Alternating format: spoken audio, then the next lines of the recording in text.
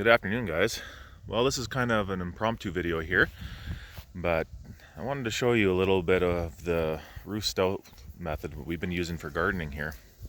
Now this, as you may have seen in another video, is our new garden patch. We covered it with tarps, which are still laying over there, for the entire summer, killed out all the grass and the sod that was here, and it was just bare field like this. There's lawn grass here now, but it was basically just pasture. Well, hopefully that wind isn't bugging you guys too much. Anyways, so we covered it up, killed all the sod, and then we just recently covered it in a layer of hay. Now I want to get more hay here, but as you can see, hopefully I can focus in here.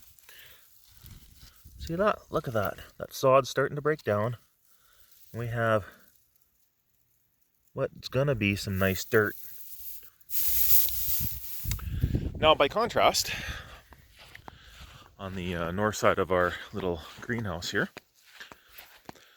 this is where we planted right into the dirt, and right now we're trying to get our potatoes out. And as you can see, it's been hard going, but it is starting to break down. It is, not ideal soil though. We've got a few potatoes, we got really good cabbages, and a few onions and stuff, but really it wasn't ideal. Now, I'm going to show you inside of our hoop house here. I gotta open it up. Nice and hot in here today. And this is the same thing. This was just bare field. We threw a frame up and some plastic and put some straw and hay down. Now I'm going to move you over here. This is the exact same dirt as those other two plots. But look at this here. Underneath here, oh look, there's worms. And look at this. Look at that black, dark, rich growth. And this is only from a year ago. See, look. Look at how dark and beautiful that is now. You see that? It's just, that's the magic of the Ruth Stout method, is you're always building the soil. Now, my dad happens to farm, so we get bales for free, which helps a lot. We get, 1,200 pound hay bales for free that we've been using to put all the ground. But if you have an existing spot, you don't need to put that much. And just adding to the soil is so good. And we were a little bit short on hay last year. We ran out of time, so I didn't quite get as much in here as we had hoped.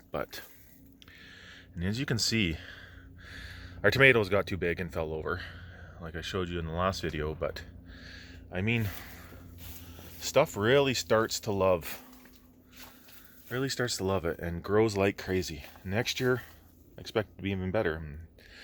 It is almost October here. It's the end of September, and we might even get some more peas. You can see there, they're actually starting to flower. We planted these super, super late.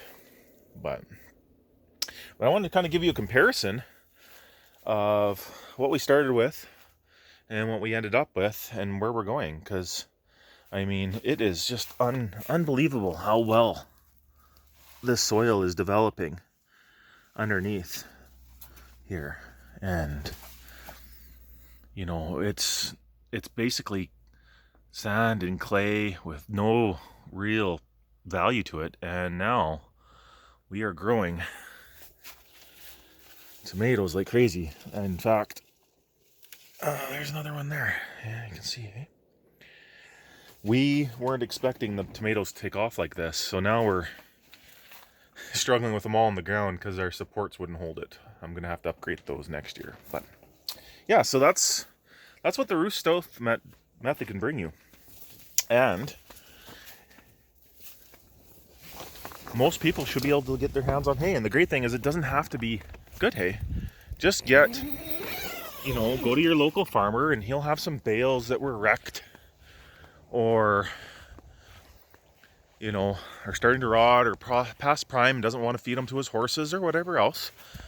And you take that all day.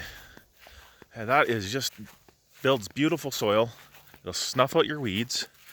You can grow right into it. Lots of people are growing, tomato plants, potato plants, kind of you name it, right in hay. It's amazing. Well, guys, till next time, we'll talk to you later.